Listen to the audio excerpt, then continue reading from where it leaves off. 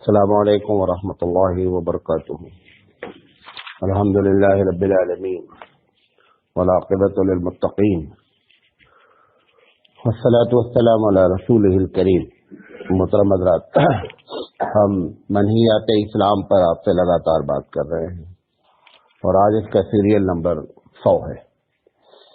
ہم کل سے بات شروع کیا، ہم نے قرآن کریم میں کیا چیزیں منع ہیں، اور ہم کوشش کریں گے کہ ترتیب سے چل رہے ہیں۔ سورہ بقرہ پہلے شروع کیا ہے ہم نے۔ قرآن مجید میں اللہ تعالیٰ نے ہم کو اس بات سے منع کیا ہے کہ وَلَا تُقَاتِلُوهُمْ عِنْدَ الْمَسْجِدِ الْحَرَامِ حَتَّى يُقَاتِلُوكُمْ۔ یہ سورہ بقرہ کی آیت نمبر 191 ہے۔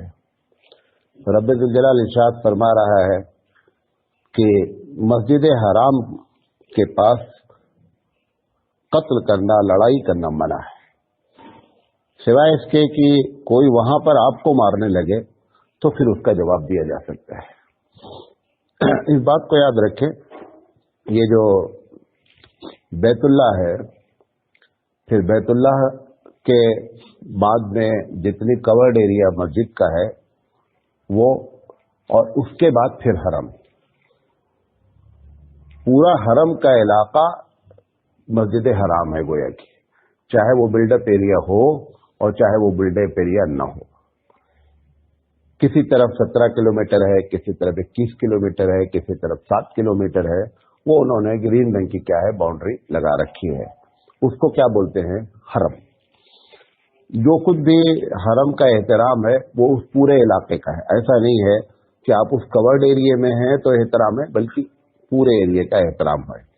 اور یہ جو نماز پڑھتے ہیں آپ، اور اس میں کہا جاتا ہے کہ جو ہے 1 لاکھ جو ہے وہ نمازوں کا ثواب ملتا ہے، وہ اس بیت اللہ یا اس مسجد حرام کا ہی نہیں ہے، اس پورے حرم علاقے کا ہے۔ اگر کوئی آدمی، زیادہ تر جتنے ہوٹلس ہیں وہ سب حرم کے اندر ہیں، 99%۔ جیسے ہماری عورتیں نہیں، ہم کو بھی مسجد حرام جانا ہی جانا ہے۔ اگر وہ اپنے ہوٹل میں بھی پڑھیں گی نماز تو ان کو جو ہے وہی ثواب ملے گا جو جا کر کے وہاں ملے گا۔ تو اس طریقے سے یہاں پر قتل و غارت، لڑائی منع کی گئی ہے۔ حتیٰ یقاتلوکم، یہاں تک کہ کوئی آدمی وہاں پر آپ سے لڑنے لگے۔ لڑنے سے مراد مطلب کوئی آدمی اسلحہ لے کر کے آ گیا اور وہاں پر اس نے اندر لڑائی شروع کر دی، تو یہ نہیں کہا جائے گا کہ صاحب لڑائی منع ہے، اب ہم کیسے لڑیں۔ جیسے ایک مرتبہ آپ کو معلوم ہے کہ کچھ لوگ گھس گئے اور انہوں نے کہا ہم مہندی ہیں، اور پھر انہوں نے جو ہے وہ ویپنس اٹھا لیے، ہتھیار اٹھا لیے، تو پھر مجبور ہو کر کے سعودی گورنمنٹ نے کیا کیا، ان کا آپریشن کیا اور ان کو مارا گیا۔ تو قتل و قتال جو ہے یہاں پر منع ہے۔ یہ جو حرم ہے، یہ حرم بنایا ہوا ہے اللہ تعالیٰ کے اشارے سے، اور جبریل امین نے آ کر کے ابراہیم علیہ السلام کو بتایا کہ یہ باؤنڈری ہے حرم کی۔ اللہ کے رسول صلی اللہ علیہ وسلم کے زمانے میں پھر اس کا اپروول ہوا، یعنی اللہ کے رسول صلی اللہ علیہ وسلم نے بھی یہ بتایا کہ یہ ایریا حرم کا ہے، اور اس وقت سے آج تک اس کا احترام باقی ہے۔ اردو والے اس بات سے بہت مطلب سوچے کہ اس کا نام حرام کیوں رکھا گیا ہے۔ جیسے ہم نے کہا نا، مسجد قرآن مجید بھی کہہ رہا ہے عند المسجد الحرام، تو حرام کے جب لفظ ہمارے اردو والوں کے پاس آتا ہے تو ہم حرام کے معنی حرام جانتے ہیں، حالانکہ عربی زبان میں حرم کے معنی کئی ایک ہوتے ہیں۔ ایک معنی ہوتا ہے محترم کے، کیا ہوتا ہے؟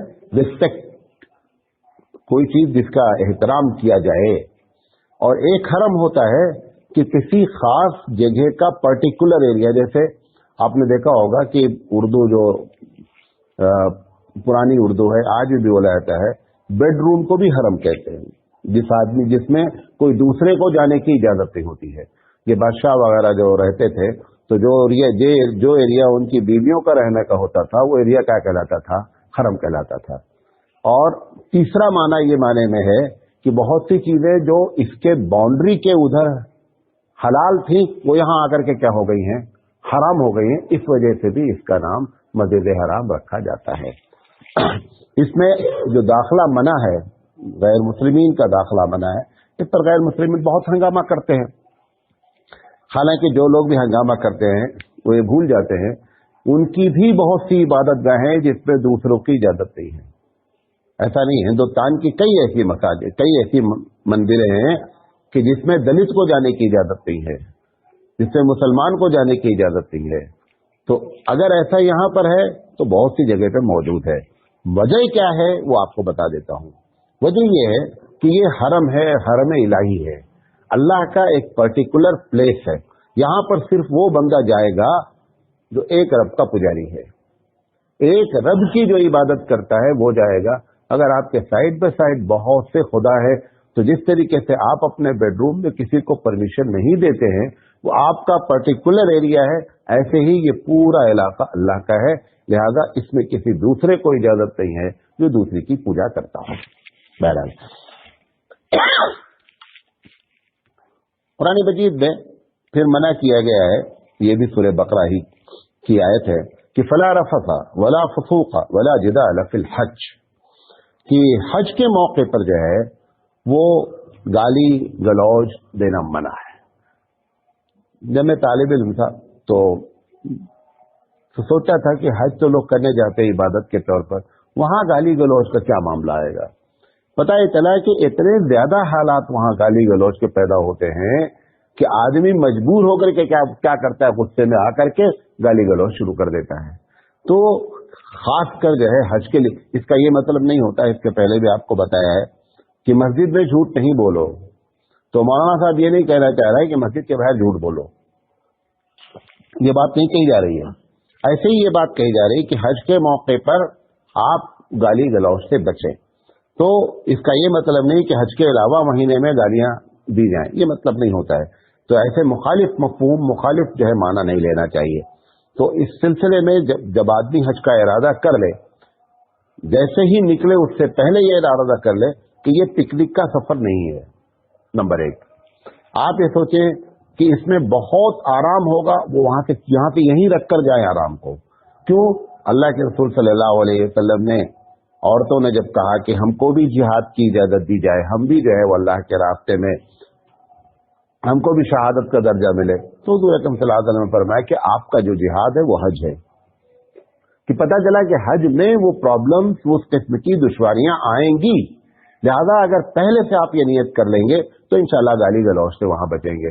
اور اگر پہلے سے یہ ساری چیزیں تلاش کی جا رہی ہیں، یہ آرام کیسے رہے گا، ہوٹل خوب قریب ہونا چاہیے ہم کو ایک دم جسمانی طور پر، تو جتنا یہاں ایسے سوچ کر جائیں گے وہ اتنی پرابلموں ہونی ہی ہونی ہے.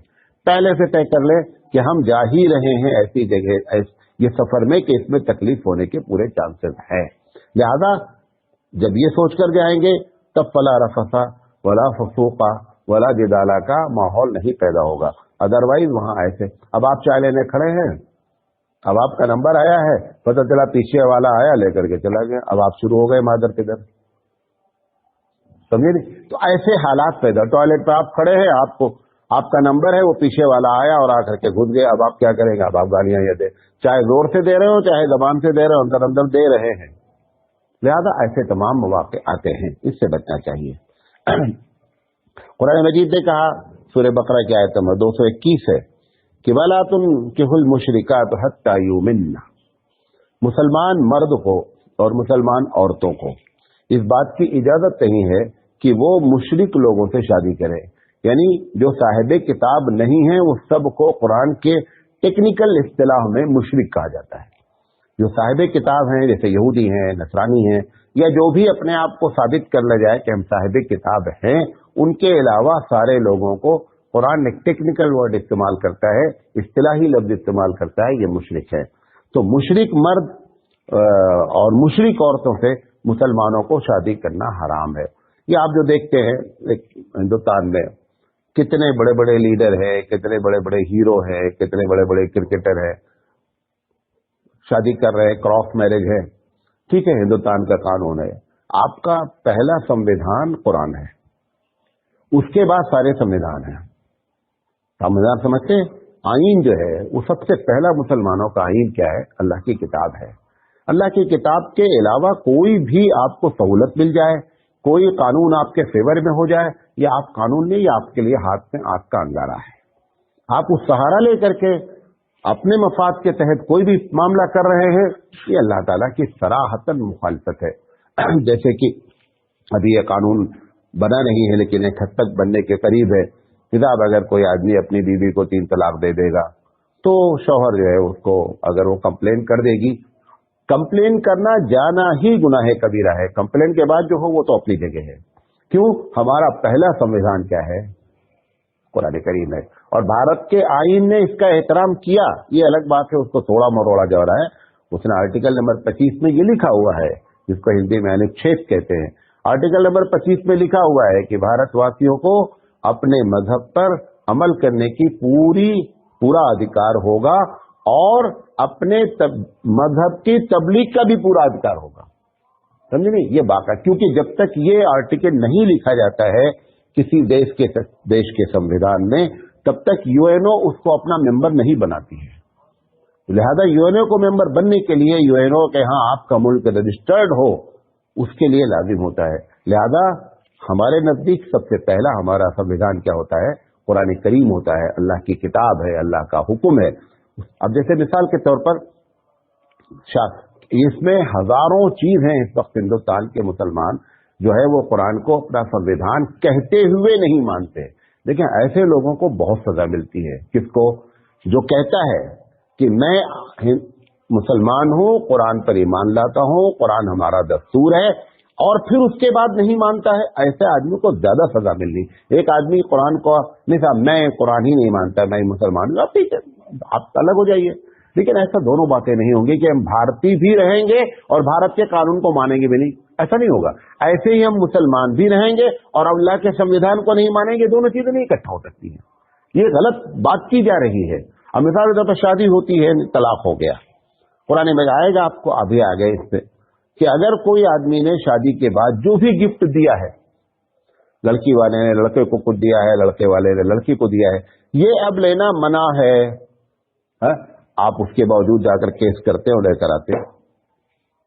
कहां पे बरकत अल्लाह ताला दे दे? अल्लाह के खिलाफ करके अल्लाह से जंग होती है भाई, अल्लाह से बड़ा कोई नहीं होता है। अच्छे अच्छे लोग दीनदार हैं, अगर हमारी लड़की का हमारा मामला फंस गया है, हम उसके ऊपर जाकर केस करते हैं। सबसे पहले झूठा केस करते हैं कि साहब ये दहेज उत्पीड़न का केस है, उसके बाद हम हमारा सामान इतला लेकर के आए, लिहाजा इतना वापस करें। तो ये जो आप दिया आपने अपने दामाद को दिया वो भूल जाएं, उन्होंने अपने बहू को दिया वो भूल जाए। क्यों? अल्लाह के रसूल सल्लल्लाहु अलैहि वसल्लम ने, कुरान में भी अल्लाह के रसूल ने भी फरमाया कि गिफ्ट देने के बाद उसको वापस लेना ऐसा है जैसे कुत्ता तय करे और चाटे। ये अल्लाह के रसूल सल्लल्लाहु अलैहि वसल्लम ने इतनी घिनौनी मिसाल दे करके हमको समझाने की फिक्र की। ऐसे कि अब मिसाल तौर पर किराएदार है, आपके शहर में हजारों ऐसे लोग हैं, मकान मालिक कह रहा है कि भाई मेरा मकान आप खाली कर दें। हिंदुस्तान का कानून क्या है कि अगर मकान मालिक के नाम पर दूसरा मकान भी मौजूद है तो किराएदार को अख्तियार है, चाहे खाली करे और चाहे ना खाली करे। आप हिंदुस्तान के संविधान को अल्लाह के संविधान पर ऊपर रखते हैं कि साहब हम खाली नहीं करेंगे, जो तुमको करना हो कर लो, ठीक है। आप हिंदुस्तान के कानून के तहत बात कर रहे हैं, लेकिन सबसे पहले आप मुसलमान हैं, वो संविधान का क्या होगा? तो ऐसे एक दो चीजें नहीं, उसे आप सोचते हैं महाराज साहब विरासती की बात बोलते हैं, विरासती का मसला नहीं है। हजारों ऐसी चीजें हैं जो हमारी जिंदगियों से क्या है चली जा चुकी हैं। अब मिसाल के तौर पर आपके भाई परेशान है, सगा भाई आपका परेशान है, आप दूसरा हज कर रहे हैं, आप उम्रे पे उम्रा जा रहे हैं, कहां जायज हो जाएगा भाई? दूसरा हज नफिल है, भाई की मदद करना फर्ज है, वो ब्लड रिलेशन है। अगर आप 3 लाख रुपए उसको दे दें एक अपने भाई के बेटे को, तो उसका पूरी जिंदगी स्टेब्लिश हो जाए। लेकिन आपको हज का शौक है, आप हज पे हज करे चले जा रहे हैं, समझ रहे हैं हम बहुत बड़ी नेकी कर रहे हैं। इसीलिए अल्लाह ने नबी करीम सल्लल्लाहु अलैहि वसल्लम को जिंदगी में एक ही हज करवाया, जानबूझ, ये सब प्लानिंग से है, जानबूझ प्लानिंग से है कि अगर रसूल अकरम हर साल हज किए होते तो उम्मत का क्या आलम होता। अभी जो पिछले साल का रिकॉर्ड आया है, 85% उन लोगों ने हज किया है जो ऑलरेडी हज कर चुके थे, सिर्फ 15% वो लोग थे जो फिनिश थे, बकिया नहीं थे। अब वो जो बेचारे जाना चाह रहे हैं उनका नंबर नहीं आ रहा है, इनका चौथी मरता नंबर आ रहा है, इनका 5वीं नंबर। ये कौन सी शराफत है? इबादत का तरीका भी हमको रसूल से सीखना होगा। ऐसा नहीं कि आपकी जो मर्जी हो, हमको बहुत अच्छा लगता है हज करने जाना, तुमको ये क्यों नहीं अच्छा लगता कि अपने भाई के बेटे को जो है वो जॉब दिला दो भाई के बेटे को तजारत, वो क्यों नहीं अच्छा लग रहा है? क्यों? क्योंकि यहाँ से जाएंगे तो माला पहनाया जाएगा, गाड़ी तक लोग छोड़ने जाएंगे, नारे तकबीर अल्लाह अकबर का नारा मारा जाएगा। यहाँ भाई को चुपके से दे दिया, किसी को पता भी नहीं चलेगा। तो वो पता चला कि इबादत हद नफ्स बन चुकी है, हमारी ख्वाहिश बन चुकी है इबादत। इताअत इलाही इबादत नहीं है, इताअत रसूल इबादत नहीं। हमारा दिल चाहता है वो हम करेंगे। तो जैसे बहुत से लोगों का दिल चाहता है कि फजर में ना आया जाए, वो अपना सो रहे हैं, ऐसे आपका भी ठीक है, आप इबादत करके मुखालफत कर रहे हैं, वो सो करके कर रहा, लेकिन कर दोनों रहे हैं। और या तो भाई अगर आपके पास इतना पैसा है कि हज भी कर रहे हैं तो भाई को भी इस्टेब्लिश करो। दूसरी शक्ल ये भी है कि भाई ठीक है मौलाना साहब मेरा दिल चाह रहा है, मुझे बहुत शौक है, आप जाइए। लेकिन ये भैया वाला मसला कौन हल करेगा? कितनी हमारी बहनें हैं जिनकी शादियां गरीब लोगों से हो गई हैं, उनको नहीं उठाया जा सकता है? उनकी तकदीर नहीं बदली जा सकती आपके जरिए है? कितनी बहनें हैं, या कितनी बहनें ऐसी हैं जो अपने भाई, बहनें तो जानती हैं कि भाई का सपोर्ट करना हमारी जिम्मेदारी ही नहीं है। हमेशा पूरे हिंदुस्तान का कल्चर ऐसा डेवलप कर दिया गया है कि भाई ही को हमेशा लुक आफ्टर किसको करना है? बहन को। हालांकि भाई दोनों का सेम शरई लिहाज से दोनों। कितनी मरता होती है बहनें हमको कहती हैं कि अम्मी परेशान हैं, आप तवज्जो नहीं फरमाते हैं। तुम्हारी जो पॉकेट मनी मिलती है, तुम जो करोड़पति बनी हो, तुम्हारी जिम्मेदारी नहीं होती कि अगर भैया नहीं देख रहा है तो तुम छूट जाओगे, तुम भी गुनहगार हो। ठीक है, भैया के पास है, नहीं कर रहा, वो भी गुनहगार होगा, आप भी नहीं बचेंगी। ये कहकर के आप अपनी जिम्मेदारी नहीं निपटा पा रही हैं कि मैंने भैया को इत्तला कर दिया है, उसके बावजूद अम्मी को पैसा नहीं देते। अब आपकी भी अम्मी है, आपकी भी जन्नत उन्हीं के पैरों के नीचे है और मेरी जन्नत उनके पैरों के नीचे है, तो आपकी भी जन्नत है उनके पैर। कितनी लड़कियां ऐसी हैं कि अगर वो चाहें तो अपनी माँ के मसाइल, अपने बाप के मसाइल हल कर सकती है, लेकिन वो करने के लिए तैयार नहीं। वो समझती है भैया का काम है, भैया करें, हम क्यों करें? याद है, ये सब हमारा पूरा सिस्टम क्या हो गया है ना, गड़बड़ हो गया है। शरीयत के मुताबिक हमारे निजाम को एकदम खराब कर दिया गया है। ये सब सिक्के हम सदा भुगत रहे हैं और भुगतते रहेंगे, ये भी आपको बता दें। ये हमारी दाढ़ियां, कुर्ते कुछ नहीं कर पाएंगे, इनके अंदर दम ही नहीं है, दम नहीं है इनके अंदर। दम होता है अल्लाह की बात मानने पर, दम होता है रसूल की बात मानने पर, तब अल्लाह हमारा क्या करता है? सपोर्ट करता है। तो मुशरिकात से शादी मना है, औरत करे या मर्द करे, हर हाल में हराम है। जितनी मर्तबा सोहबत करते हैं उतनी मर्तबा ज़िना का गुनाह मिलता है। जितनी मर्तबा सोहबत करेंगे उतनी मर्तबा ज़िना, और जो औलाद होगी वो हरामी औलाद कहलाएगी। इसको कोई काट नहीं सकता, माने और आप चाहे न माने। कुरान मजीद में इस बात से भी मना किया गया है कि फातज़िलुन निसा फिल महीज़, सूरह बकरा की आयत नंबर 196 है कि जब औरतें नापाक होती है तो इस सिलसिले में कुरान ने बहुत दो टूक फैसला किया कि सबसे बड़ी बात तो कुरान ने ये मतलब कि औरतों से ऐसे वक्त में सोहबत करना मना है। हजारों केस हैं, हजारों केस हैं। क्यों? संविधान ही उनका अलग है, उनका अपना संविधान है। भाई आप अल्लाह अपना संविधान बयान करते रहिए, मैं नहीं मानता, ठीक है ना मानो। वो तो जब जहन्नम में जाना पड़ेगा, जब कब्र में उठा के पटका जाएगा, तब मालूम होगा कि संविधान इलाही को मानने का और ना मानने का क्या नतीजा निकलता है। सबसे होशियार वो आदमी होता है, जैसे दुनिया में क्या होता है, जो लोग होशियार होते हैं, प्लानिंग करते हैं कि देखो इस एरिए में 20 साल के बाद प्लॉट के बहुत रेट आने वाले हैं, होशियारी करके आज ले लिए, उसके बाद क्या करते हैं? एंजॉय करते हैं। ऐसे ही आखिरत का भी एंजॉयमेंट की प्लानिंग करनी है। कि सिर्फ दुनिया में जो आप बहुत जीनियस किस्म के लोग बन रहे हैं, बहुत होशियार बन रहे हैं, होशियारी असल तो क्या है कि आखिरत में हम प्लानिंग कर ले जाए तो होशियार है। क्यों? वो ये